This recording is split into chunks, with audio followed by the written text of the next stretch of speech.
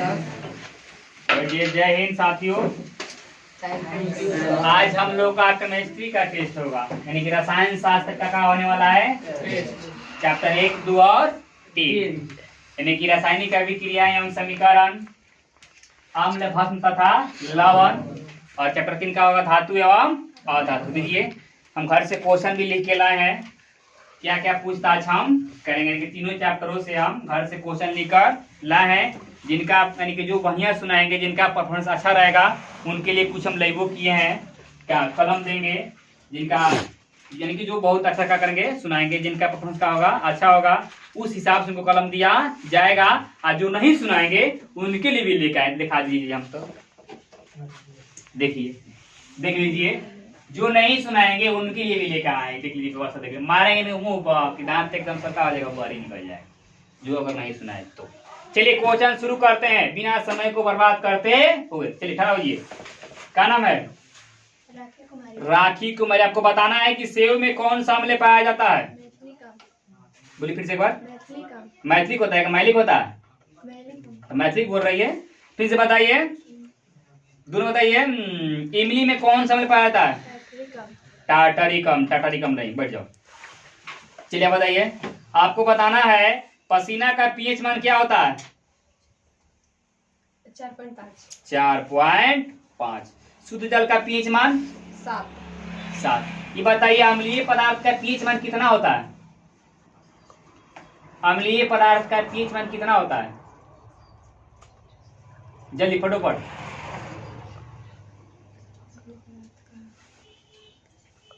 कौन बताएगा अम्लीय पदार्थ का पीएच? लड़की में से बताओ। 7 से कम। क्षारीय? 7 से अधिक। उदासीन? 7। बहुत सुंदर जवाब।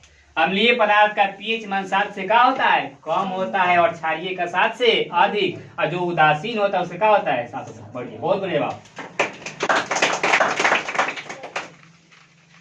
आपको एक कलम दिया जाएगा अभी, लीजिए। क्या नाम है आपका? अमृता कुमारी। हमारे तरफ से लीजिए गिफ्ट। बहुत बढ़िया।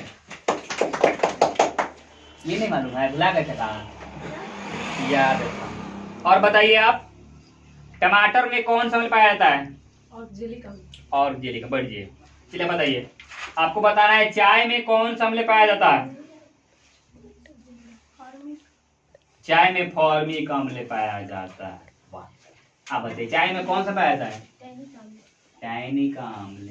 चाय में ये बोले हैं कि फॉर्मिक अम्ल। फॉर्मिक अम्ल किसे पाया जाता है? लाल चीटी में भी पाया जाता है। लाल चीटी में फॉर्मिक अम्ल और चाय में टैनिक अम्ल। चलिए नेक्स्ट बताइए आप ही बताना। दही में टाटरलिकम। दही में जल्दी बताओ। कौन बताएगा दही में? क्यों बताइए? बताइए दही में लैक्टिक अम्ल। और उसका बताइए कौन सा पाया जाता है? अम्ल का नाम बताइए। कौन सा अम्ल का नाम बता दिए। दही में कौन सा अम्ल पाया जाता है? लैक्टिक। बढ़िए, कम से दिए हैं, बार बार नहीं। बैठो और दोनों बने सब करिए। बढ़िए। चलिए बताइए, आपको बताना है इमली में कौन सा अम्ल पाया जाता है? इमली में लैक्टिक अम्ल पाया जाता है। जोर से बोलिए। टाटरिक अम्ल। अब बता दीजिए, सेब एवं नींबू के रस में? सेब और नींबू के रस में मौलिक अम्ल। ये बता रही है ना? कब बताएगा? संतरा और नींबू के रस में तो कहीं मौलिक अम्ल, कभी सिट्रिक अम्ल, क्या क्या बता रही है? अमाशय रस में कौन बताएगा? बताओ। अमाशय रस में हाइड्रोक्लोरिक अम्ल पाया जाता है। अमाशय रस का पीएच मान 1। बढ़िया। और बढ़िया से याद करने की जरूरत। अभी कलम आपको नहीं देंगे, आपका शुरू करने नहीं सुने। चलिए नेक्स्ट आइए, आपको बताना है विटामिन सी में एस्कॉर्बिक अम्ल। लाल चीटी में फॉर्मिक अम्ल का दूसरा नाम क्या है? फॉर्मिक अम्ल का दूसरा नाम क्या बताना है आपको? Ethanoic, methanoic. मेथनोइक एथनोइक अम्ल नहीं है। आपको बताना अम्लीय वर्षा का पीएच मान क्या? कौन बताएगा अम्लीय वर्षा का पीएच मान?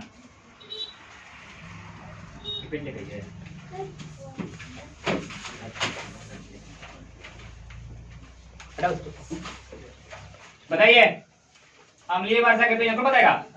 बोलो कितना होता है? 5.6 के 5.6 शादी के 5.6 से कम के बराबर 5.6 से कम 5.6 से कम। बहुत बड़े जवाब बढ़ जी। और ये थोड़ी बने देखिए जी कॉलम देखो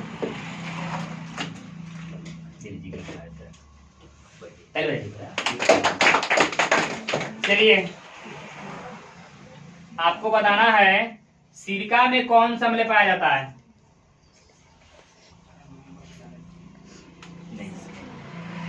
सिरका में सिट्रिक अम्ल बताएं। कौन बताएंगे सिरका में कौन सा पाया जाता है? लड़की में कौन सा पाया जाता है? एसिटिक अम्ल। सिरका में एसिटिक अम्ल। ये बोलिए कि सिट्रिक अम्ल, तो बताइए सिट्रिक अम्ल किसमें पाया जाता है? सिट्रिक संतरा एवं नींबू संतरा और नींबू के रस में। जाया बैठो दिन पर दिन बुलाते जा पैसा है बैठो। चलिए आपको बताना है दूध का पीएच मान क्या होता है? दूध का पीएच मान कौन बताएगा इस बेंच पर? बताओ 7.4 भी गलत। कौन बताएगा?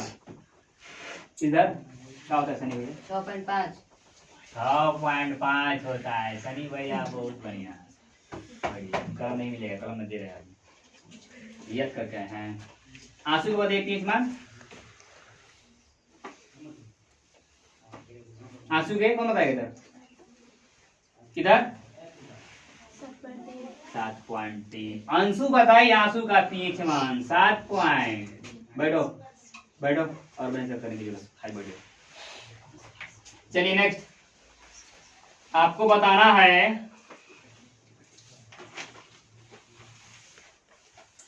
किसी परमाणु के धनायन में परिवर्तित हो जाने पर तत्व की परमाणु संख्या,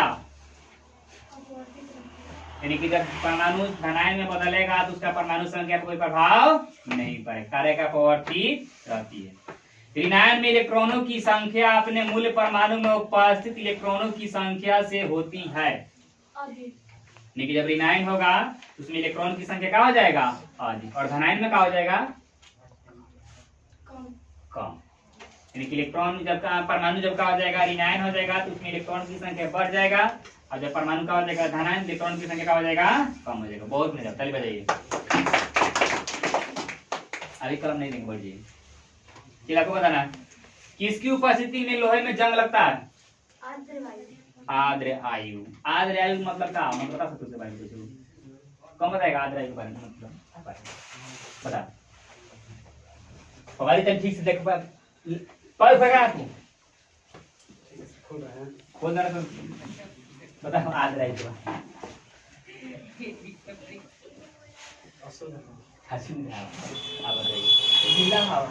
हाँ जिस हवा में जल की क्या हो मात्रा उसे आर्द्र बोलते हैं। इसको महा बोला अशुद्ध हवा। चलिए एक और क्वेश्चन का जवाब दीजिए आप। कौन सी अधातु पदार्थ की द्रव अवस्था में पाई जाती है? कौन सी अधातु पदार्थ की द्रव अवस्था में पाई जाती है? कौन सी अधातु पदार्थ की द्रव अवस्था में पाई जाती है? ब्रोमीन। ब्रोमीन। ब्रोमीन का संकेत क्या होता है? Br। बहुत बढ़िया। ताली बजाते रहो, ताली पर कमी नहीं करना। चलिए खड़ा हो जाइए। आपको बताना है किस गुण के कारण धातुओं के तार बनाए जाते हैं? तन्यता का मतलब जितना चाहेंगे उतना लंबा कर सकते हैं नहीं, इसी कारण उसका उपयोग तार बनाने में किया जाता है। बहुत बनेगा। कौन सी धातु ठंडे और गर्म जल से अभिक्रिया नहीं करती? उस धातु का नाम बताना है जो ना तो ठंडे जल से अभिक्रिया करेगी और न ही गर्म जल से अभिक्रिया करेगी। लोहा। लोहा का संकेत Fe। अंग्रेजी नाम लोहा इंग्लिश में क्या बोलते हैं? आयरन। लैटिन नाम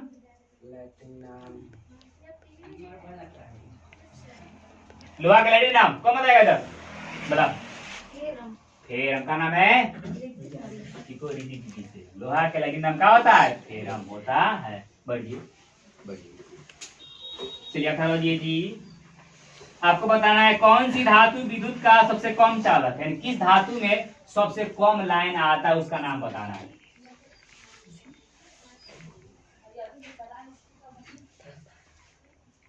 ले आओ सॉरी, ले आओ एक हम छूट रहे हैं। देख बताना था, कौन बताएगा? बताइए। लेड। लेड का संकेत पीबी। तो लेड शीशा होता है, तो इसका पीबी संकेत क्या है, इसका बारे में बता सकते हैं? कौन बताएगा? लेड का संकेत पीबी है, क्या है?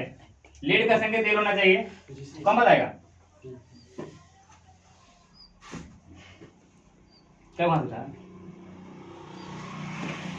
चलिए पहले मौका इनको दिया। लेड का लैटिन नाम प्लम्बम है, इसलिए उसका संकेत पीबी है। बहुत बढ़िया। लेड का लैटिन नाम का है प्लम्बम है, इसलिए उसका संकेत क्या हो गया? पीबी हो गया। चलिए आगे बताइए, कौन सी अधातु विद्युत का सुचालक होती है? उस अधातु के नाम बताना है जो विद्युत का होता है सुचालक। अधातु का नाम बताना है। ब्रोमीन। बताइएगा क्या होता है? कौन सी अधातु विद्युत का सुचालक होती है? ग्रेफाइट।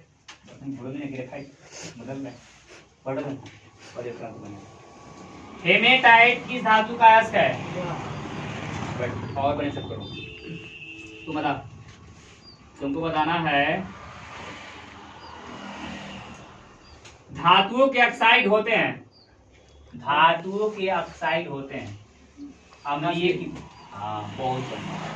धातुओं के भास्मिक, अधातुओं के अम्लीय। लागत होता है इसलिए वीडियो में चमेटा काम किए। लोग नु कह रहे हैं कि मारिए मत, नहीं मारेंगे सब पढ़ेगा कैसे? देखिए मारेंगे पढ़ क्या है।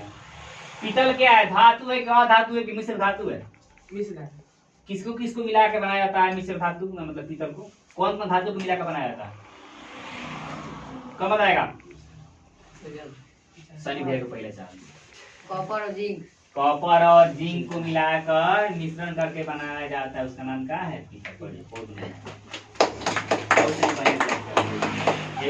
एक लाइन वाला क्वेश्चन मत देना। चलिए 18 बजे आपको बताना है किस विधि द्वारा शुद्ध तांबे को शुद्ध तांबे में परिवर्तित किया जाता है? किस विधि द्वारा अशुद्ध तांबे को शुद्ध तांबे में परिवर्तित किया जाता है? यानी कि जो तांबा अशुद्ध है उसको शुद्ध प्राप्त करने के लिए किस विधि का प्रयोग किया जाता है? निछालन विधि से। निछालन विधि। और कौन बताएंगे? कौन विधि है? वैद्युत अपघटन। वैद्युत अपघटन का शनि भैया मत करो। बढ़िया, बहुत धन्यवाद। जब आप गलत दीजिएगा आपको कलम नहीं देंगे हम, सही दीजिएगा तभी देंगे। कौन सी धातु साधारण ताप पर द्रव अवस्था में पाई जाती है? कौन सी धातु? धातु के नाम बताना है जो पदार्थ की द्रव अवस्था में पाई जाती है साधारण ताप पर। पारा। पारा। पारा का संकेत? पारा का संकेत बताइए जल्दी फटाफट। लड़की में पारा का संकेत कौन बताएगा?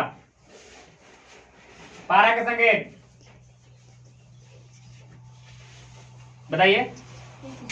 Hg। पारा का संकेत तो नहीं तो T होना चाहिए, ना इंग्लिश में मरकरी बोलते होना चाहिए। तो Hg का है, कारण बताइए। पारा का संकेत Hg का है, कारण बताइए। जो बताएगा लड़की में कलम देंगे, बताइए। हाँ, इसका लैटिन नाम क्या होता है? हाइड्राजाइरम होता है, इसलिए इसका संकेत क्या होता है? Hg होता है। बहुत बढ़िया, ताली बजाइए जोरदार। बहुत परफॉर्मेंस कर रहा है, मन तारा लगा देकर बढ़ गिरा। आपको बताना है किस धातु को किरोसिन में डुबाकर रखा जाता है? सोडियम और पोटेशियम। क्या डुबा कर रखा जाता है? कौन बताएगा? सोडियम और हवा के संपर्क में आने से वो जलने लगता है। और कोई बने से बता सकता है इस बारे में? बताइए। धातुओं के क्रियाशीलता की श्रेणी में सोडियम का स्थान उच्चतम है, जिसके कारण ये सबसे अधिक क्रियाशील होता है और इसे बाहर निकालते ही हवा से रासायनिक संयोग कर लेता है, जिसके कारण इसी सोडियम को किरोसिन तेल डुबा कर रखा जाता है। बहुत दोनों का सही है। यानी कि सोडियम और पोटेशियम दो ऐसे और धातु मतलब दो ऐसे धातु हैं जिनको केरोसिन तेल में डुबाकर रखा जाता है, क्योंकि जैसे ये ऑक्सीजन के संपर्क में आएंगे उसमें क्या लग जाता है, आग लग जाता है। इसी से बचने के लिए उन्हें केरोसिन तेल में डुबाकर रखा। चलिए बने जवाब का आपको नेक्स्ट बताना है। खाद्य पदार्थ रखे जाने वाले कनस्तर पर टीन का लेप चढ़ाया जाता है, जास्ता का लेप नहीं, क्योंकि जास्ता से टीन अधिक क्रियाशील है। यानी कि जास्ता से टीन का अधिक क्रियाशील, यानी क्रियाशीलता क्या होता है उसका अधिक होता है। आपको बताना है सोल्डर जो मिश्र धातु है किस किस धातु को मिलाकर बनाया जाता है। सोल्डर सर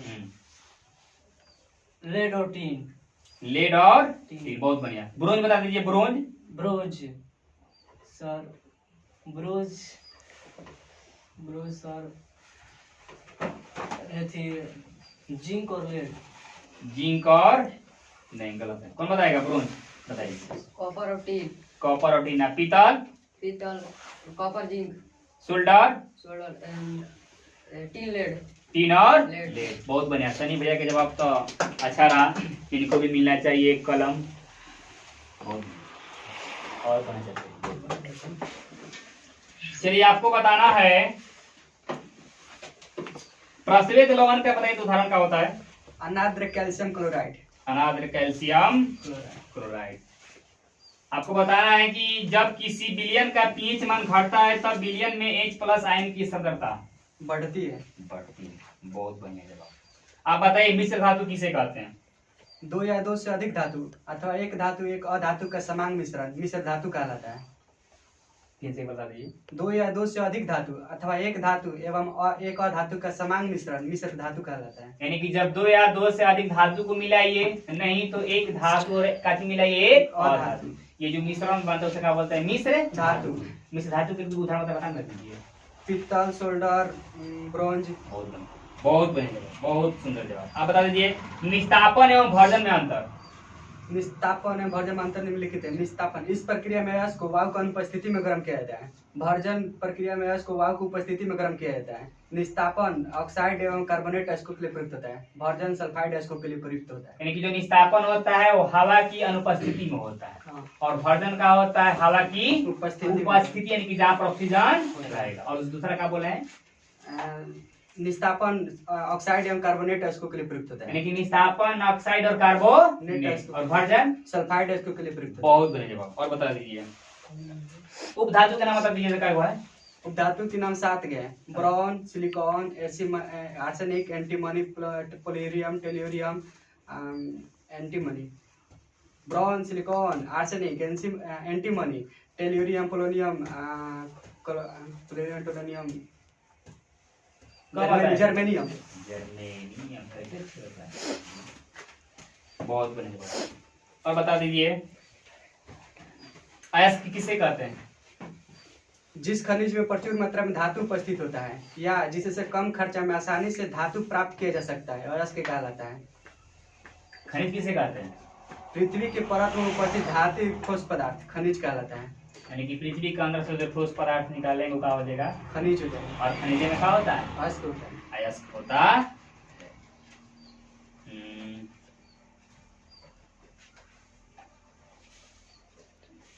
और बता दीजिए आप सोडियम बाइकार्बोनेट बता दीजिए उपयोग। सोडियम बाइकार्बोनेट का उपयोग निम्नलिखित है। बेकिंग पाउडर बनाने में, पेंट की अम्लता कम करने का औषधि के रूप में, अग्निशामक यंत्र में, रसोई घर में विभिन्न प्रकार के खास्ता तथा व्यंजक बनाने में। सोडियम बाइकार्बोनेट का सूत्र बता दीजिए। NaHCO3।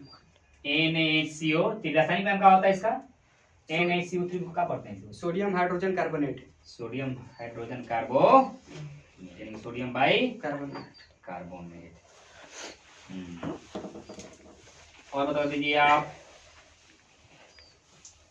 आपको बताना है नीला त्वचा के बताइए रासायनिक सूत्र। CuSO4 × 5H2O। उजला त्वचा? ZnSO4 × 7H2O। हरा त्वचा? FeSO4 × 7H2O। लाल त्वचा? CuSO4 × 7H2O। बहुत बढ़िया जवाब। दुर्बल अम्ल बता दीजिए 2-3 उदाहरण था। दुर्बल अम्ल? कार्बोनिक अम्ल, बोरिक अम्ल, एसिटिक अम्ल। सूत्र बता दीजिए।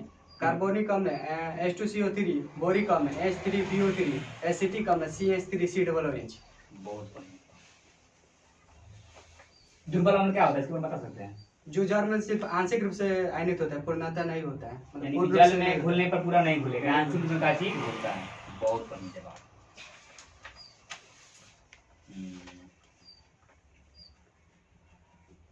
दहन के लिए आवश्यक शर्त क्या क्या होना चाहिए? दहनशील पदार्थ की उपस्थिति, दहन के पोषक पदार्थ की उपस्थिति, ज्वलन ताप की प्राप्ति। ज्वलन ताप क्या होता है? जिस न्यूनतम ताप पर कोई पदार्थ जलना प्रारंभ करते हैं उसे उस पदार्थ का ज्वलन ताप है। बहुत बढ़िया जवाब। बढ़िया जवाब के लिए बढ़िया कलम दिया जाएगा। जोरदार थोड़ा ताली बजाइएगा।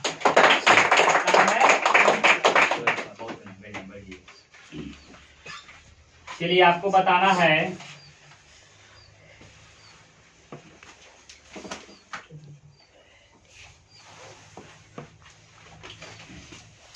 सोडियम हाइड्रोक्साइड और हाइड्रोक्लोरिक अम्ल के बीच अभिक्रिया होने पर सोडियम क्लोराइड एवं जल बनते हैं। यह किस प्रकार की अभिक्रिया है? दशनीकरण अभिक्रिया। यानी कि सोडियम हाइड्रोक्साइड और हाइड्रोक्लोरिक अम्ल के बीच अभिक्रिया होने पर सोडियम क्लोराइड एवं जल बनते हैं। तो किस प्रकार का अभिक्रिया? उदासीनीकरण। कैसे? मतलब उदासीनीकरण अभिक्रिया कैसे? जब कोई अम्ल किसी भस्म में साथ अभिक्रिया करता है तो लवण और जल बनाता है। इसमें भस्म कौन है और लवण कौन है? मतलब कि इसमें अम्ल कौन है और भस्म कौन है? सोडियम हाइड्रोक्साइड और हाइड्रोक्लोरिक अम्ल। सोडियम हाइड्रोक्साइड भस्म है और हाइड्रोक्लोरिक अम्ल है। ये तो अम्ल आइएगा ना, में ऐसा आगे बहुत बढ़िया जवाब। आप ये बताना नेक्स्ट क्वेश्चन। क्लोरोफिल और सूर्य प्रकाश की उपस्थिति में पौधे वायु से कार्बन डाइऑक्साइड एवं पृथ्वी से जल ग्रहण करके अपना भोजन त्याग करते हैं। यह किस प्रकार की अभिक्रिया है? प्रकाश रासायनिक अभिक्रिया। प्रकाश रासायनिक अभिक्रिया। ये क्या होता है प्रकाश रासायनिक अभिक्रिया? जो सूर्य प्रकाश की उपस्थिति में घटित होता है उसे प्रकाश रासायनिक अभिक्रिया कहते हैं। यानी कोई ऐसा अभिक्रिया जो सूर्य के प्रकाश की उपस्थिति में क्या होगा? घटित होगा, उसे क्या बोलते हैं? प्रकाश रासायनिक अभिक्रिया कहते हैं। बहुत बढ़िया जवाब। और बताइए, आप बता दीजिए अम्ल एवं भस्म बता दीजिए अंतर। अम्ल का जलीय विलयन स्वाद में खट्टा होता है, भस्म का जलीय विलयन स्वाद में कड़वा होता है। एक मिनट। यानी कि अम्ल का जो स्वाद होता है क्या होता है? खट्टा होता है और भस्म का क्या होता है? कड़वा। कड़वा। बहुत बढ़िया। आगे बताइए। अम्ल जल में घुलकर हाइड्रोजन आयन बनाते हैं और भस्म जल में घुलकर हाइड्रोक्साइड आयन बनाते हैं। बहुत बढ़िया। यानी कि अम्ल जल में घुलकर H+ और भस्म OH-। आगे। अम्ल नीले लिटमस पत्र को लाल कर देता है और भस्म लाल लिटमस पत्र को नीला कर देता है। यानी कि अम्ल नीला को क्या करता है? लाल। और भस्म क्या करता है? लाल को नीला। आगे बता दीजिए। अम्ल भस्म के साथ अभिक्रिया करके लवण तथा जल बनाते हैं, जबकि भस्म लवण के साथ अभिक्रिया करके लवण और जल बनाता है। फिर से बता दीजिए ये वाला। अम्ल भस्म के साथ अभिक्रिया करके लवण तथा जल बनाते हैं और भस्म भी अम्ल के साथ अभिक्रिया करके लवण और जल बनाते हैं। यानी कि दोनों जब अभिक्रिया करेंगे तो लवण और जल बनेगा। ये तो अंतर नहीं हुआ। आगे बता दीजिए और बता दीजिए। अम्ल का pH मान 7 से कम होता है और भस्म का pH मान 7 से अधिक होता है। बहुत बढ़िया। अम्लीय पदार्थ का pH मान क्या होता है? 7 से कम होता है और क्षारीय पदार्थ का pH मान क्या होता है? 7 से अधिक। एक पदार्थ है जिसका pH मान 1 है और एक पदार्थ जिसका pH मान कितना है? 6 है। बोलिए अम्लीय कौन होगा? एक वाला। कैसे? क्योंकि जितना इसका pH मान घटेगा वो उतना ही अम्लीय होगा। यानी कि जिस पदार्थ का pH मान जितना ही कम होता है उतना ही क्या होता है? अम्लीय होगा। होता है। बहुत बढ़िया। आगे बता दीजिए। एक पदार्थ जिसका pH मान 8 है और एक का pH मान 13 है, कौन ज्यादा भस्मीय होगा? 13 वाला। ये तो उल्टा बता दिए। किसमें कैसे होगा? जिसका मान जितना अधिक होगा उतने क्षारीय होगा। अच्छा, अम्लीय में होता है कि जितना कम उतना अम्लीय अम्लीय होगा होगा। और क्षारीय में क्या होता है? जितना ही अधिक होगा उतना ही क्या होगा? क्षारीय होगा। बहुत बढ़िया जवाब। पहले बताइए। ये भी सभी क्वेश्चनों के जवाब दिए हैं। बहुत बढ़िया। इनके लिए भी एक बढ़िया कलम दिया जाए। पहले बताइए। चलिए आपको बताना है विद्युत का स्रोतम चालक कौन है? चांदी। विद्युत का स्रोतम चालक कौन है? चांदी। चांदी का संकेत क्या होता है? Ag। चांदी का तो मान लीजिए इंग्लिश में सिल्वर बोलते हैं। संकेत ये है तो ऐसे होना चाहिए, नहीं तो ऐसे होना चाहिए था, लेकिन इसका संकेत Ag है। क्या है?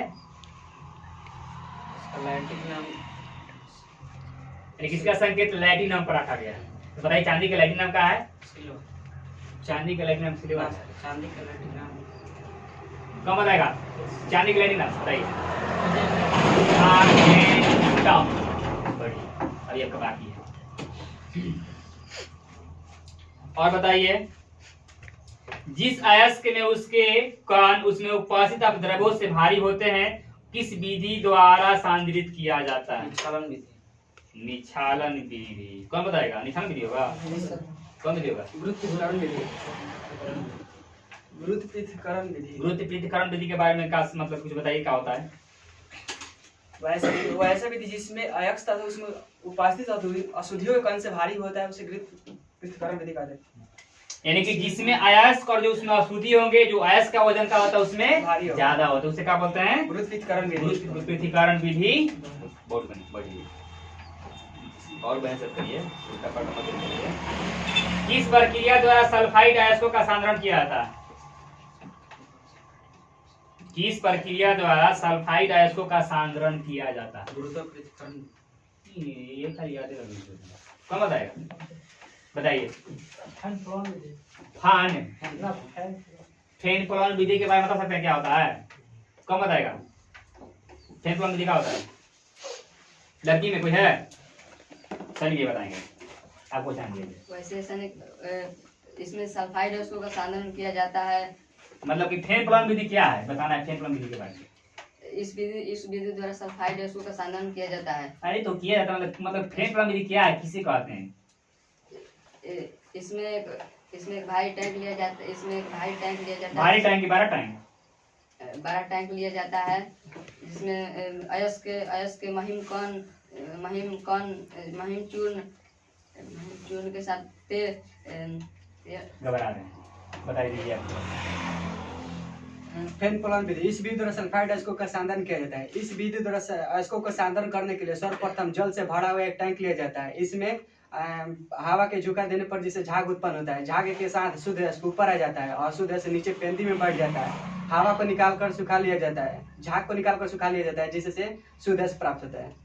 यानी कि इसमें क्या किया जाता है कि 12 से एक टैंक लिया जाता है और उसमें जितने भी अयस्क के चूर्ण क्या हैं मिला दिया जाता है, फिर उसके बाद हवा से पाइप मारा जाता है। ऐसे क्या होगा, जो अशुद्ध होंगे कहाँ हो जाएंगे, नीचे बैठ जाएंगे और शुद्ध का फेन के साथ ऊपर आ जाते हैं और फेन निकाल कर लिया जाता है, सुखा लिया जाता है, जहाँ शुद्ध मतलब शुद्ध अयस्क प्राप्त हो जाता है। बहुत धन्यवाद। ताली बजाते रहे, ताली बजाना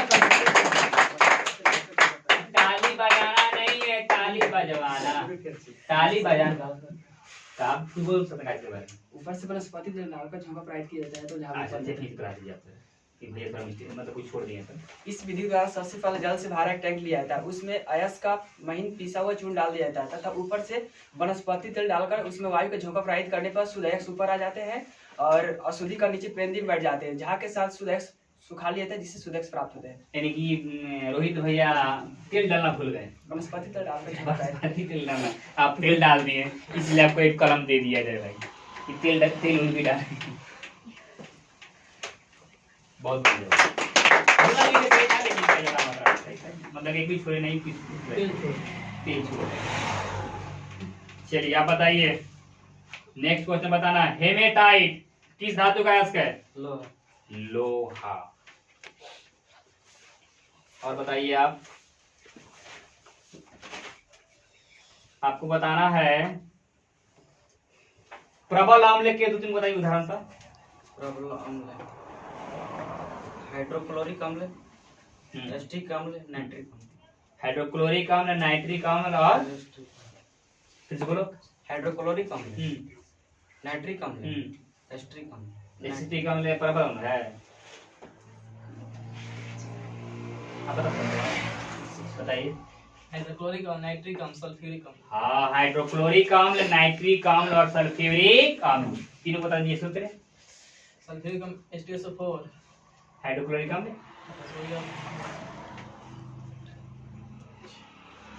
हाइड्रोक्लोरिक अम्ल, अरे हाइड्रोजन है, क्लोरीन क्रोम।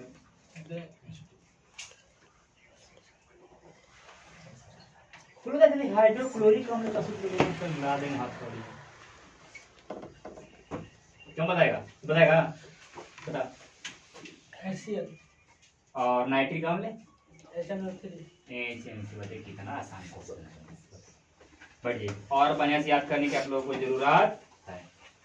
चलिए आप बताइए, बढ़िए। आपको बताना है प्लास्टर ऑफ पेरिस का उपयोग। प्लास्टर ऑफ पेरिस का उपयोग खिलौने और मूर्तियां बनाने में, शल्य चिकित्सा में टूटी हड्डियों को जोड़ने में, दीवारों को चिकना बनाने में। यानी कि प्लास्टर पे टूटी हड्डियों को जोड़ने में, और जो मूर्ति बनाने में किया जाता है, और जो मतलब घर का प्लास्टर और पुट्टी से वहां पे उपयोग इसका किया जाता है। और बताइए, आपको बताना है हाइड्रोजन गैस का उपयोग। हाइड्रोजन गैस का उपयोग रॉकेट ईंधन के रूप में हाइड्रोजनीकरण के द्वारा वनस्पति घी बनाने में, अमोनिया के निर्माण में। अमोनिया के निर्माण है जो रॉकेट उपयोग वहां पर इस्तेमाल किया जाता है। बहुत बने जवाब, बढ़िए। चलिए, और अब बताइए पीएच स्केल क्या है, कौन बताएंगे इसमें से? पीएच स्केल किसे कहते हैं, क्या है? लड़की में कोई पहले मौका सही दीजिए। किसी लीडियम के H प्लस आयन के साधारण का निर्धारण करने के लिए सोरेनसन नामक वैज्ञानिक ने 1909 ईस्वी में एक स्केल दिया था, जिसे पीएच स्केल कहते हैं। पीएच स्केल के निम्नलिखित महत्व है। पाचन तंत्र में पीएच का महत्व, पाचन तंत्र में पीएच का महत्व। पीएच स्केल के बारे में पूछे, पीएच स्केल किसे कहते हैं, बाकी महत्व नहीं पूछे। बहुत बने जवाब, सही कम दीजिएगा।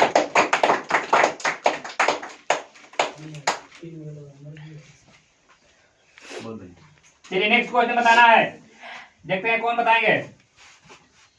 बताना है आप लोगों को विरंजन चूर्ण का उपयोग, कौन बताएंगे?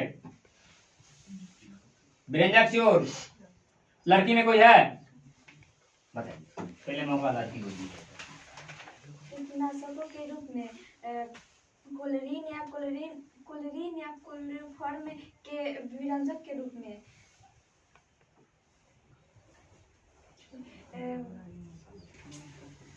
हो गया। कागजों के विरंजक के रूप में। हाँ, कागजों के विरंजन में भी इसका उपयोग किया।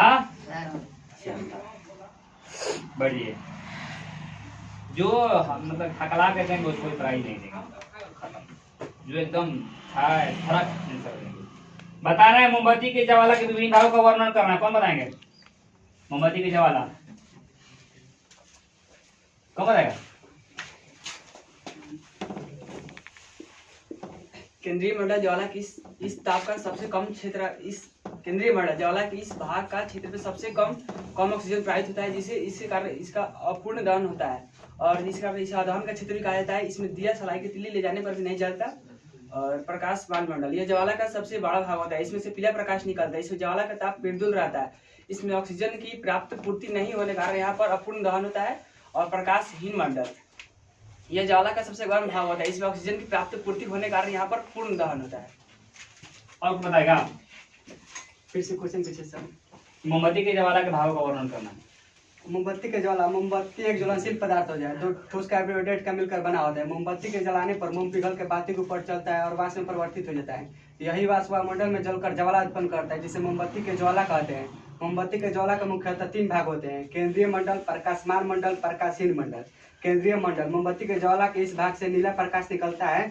ज्वाला के इस भाग का ताप सबसे कम होता है, इस भाग में बिना जले मोम का वाष्प रहता है। प्रकाशमान मंडल, मोमबत्ती के ज्वाला के इस भाग से पीला प्रकाश निकलता है, यह ज्वाला का सबसे बड़ा भाग होता है, इस भाग में मोम का पूर्ण दहन होता है। प्रकाशहीन मंडल, मोमबत्ती के ज्वाला का इस भाग का ताप सबसे अधिक होता है, इस भाग में मोम का पूर्ण दहन होता है। बहुत बने जवाब, दोनों आदमी का सही है। अब जिन विद्यार्थी को नहीं मिला है कलम खड़ा हो जाइए। देखिए जो लोग शामिल हो गए मतलब विजेता है। कैमरा के सामने तो बोलना मुश्किल है, बढ़िए। बहुत बढ़िया। जिनको नहीं मिला है पेन खड़ा होइए, उनको दे दिया जाए। खड़ा हो जाओ।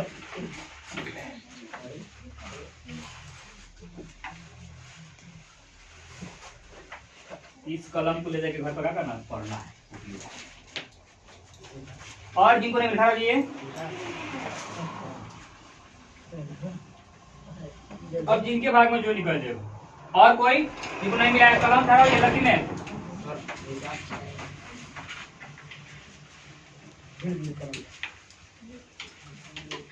सर यहाँ पर